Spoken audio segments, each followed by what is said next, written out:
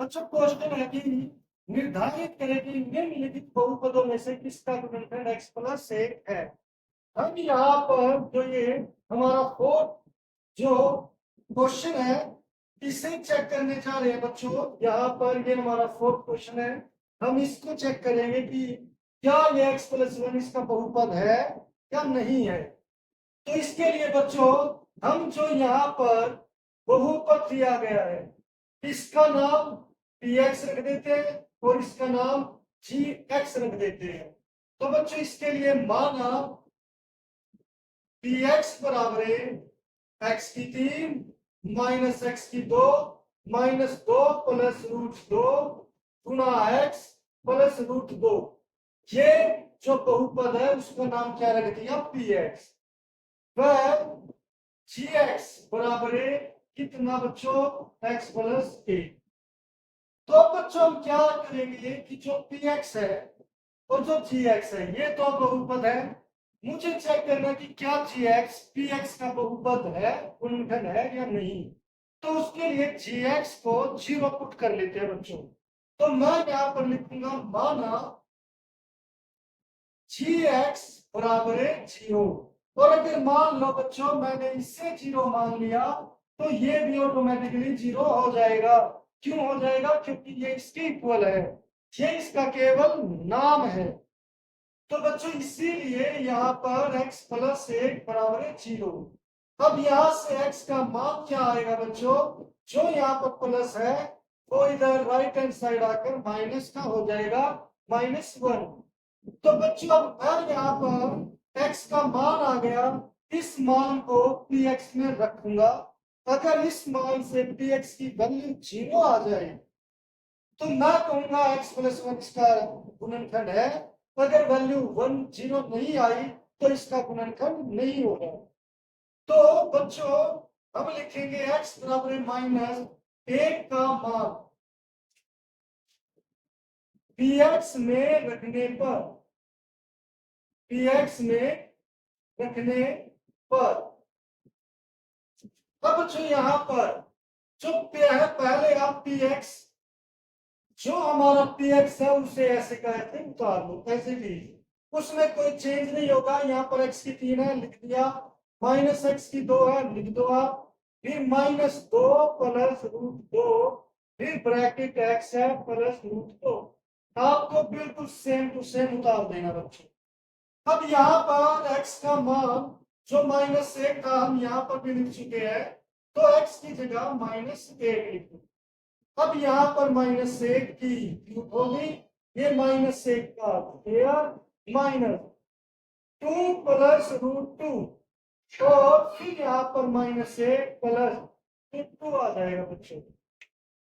अब यहाँ पर बच्चों हमें ये सोल्व करनी है पावर।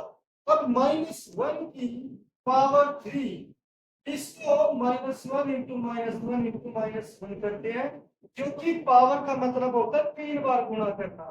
बच्चों अगर मैं 2 बार देखता हूँ ये -1 की -1 से माइनस इंटू माइनस प्लस ये 1 इंटू 1 1 हो गया। अब इसकी मल्टीप्लाई इस -1 से, ये क्या प्लस इंटू माइनस क्या हो जाएगा माइनस, और 1 इंटू 1 क्या हो जाएगा 1। तो बच्चों यहाँ पर इसका आंसर आ गया -1। फिर आएगा ये माइनस। अब बच्चों -1 का स्क्वायर, उसके लिए हमें केवल 2 बार मल्टीप्लाई करना, जिसका आंसर हमारा यहाँ पर क्या होगा +1। तो बच्चों यहाँ पर आप 1 लिख दो ब्रैकेट में। ये बच्चों यहाँ पर ये ब्रैकेट है, यहाँ पर कोई ऐसी वैल्यू नहीं है जो हम ऐड कर सके, ये बिल्कुल ऐसे ही रहेगी। और यहाँ पर बच्चों -1 है, इस माइनस की मल्टीप्लाई इसके साथ होगी, क्योंकि ये पूरी की पूरी एक टर्म है। तो माइनस इंटू माइनस क्या होता है प्लस, और एक की मल्टीप्लाई किसी के साथ वही चीज दे देगी, यानी कि ब्रैकेट में आप लिख दो 2 प्लस रूट 2। फिर प्लस बच्चों यहाँ पर आ गया रूट 2। अब यहाँ पर बच्चों ये हो गया -1, ये माइनस इंटू प्लस क्या हो जाएगा -1। फिर यहाँ पर बच्चों 2 प्लस, और यहाँ पर प्लस रूट 2 प्लस रूट 2। अब बच्चों -1 और -1 कितने हो जाएंगे -2, क्यों हो जाएंगे? क्योंकि बच्चों सेम साइन क्या हो जाता है? ऐड हो जाता है।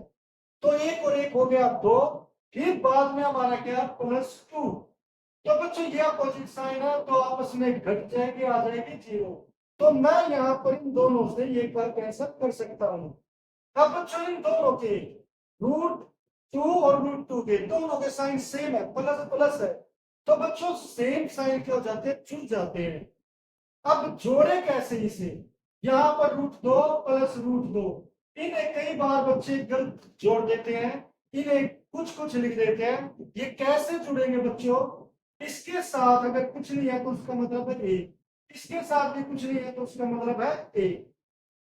अब आप अगर इसे सेव कहोगे तो ये √2 भी क्या हो जाएगा? सेव ही हो जाएगा। अब एक सेव प्लस एक सेव कितनी हो गई?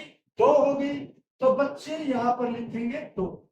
मगर बच्चों सेव और सेव को अगर आप ऐड करोगे तो वो 2 नहीं होंगी, वो 2 सेव हो जाएंगी। आपको सेव लिखना जरूरी है, यानी कि इसका आंसर क्या आएगा? 2√2। और क्या ये 2√2 0 के इक्वल है? यहाँ पर बच्चों ये 2√2 0 के इक्वल नहीं है। तो इसलिए बच्चों जब ये 0 के इक्वल नहीं है तो हम कहेंगे इसीलिए जी एक्स बराबर x plus A P x का गुणनखंड नहीं है, पी एक्स का गुणनखंड नहीं है। तो इस तरीके से बच्चों हम यहाँ पर किसी भी बहुपद पे को चेक कर सकते हैं कि क्या वो दूसरे बहुपद का गुणनखंड है या नहीं।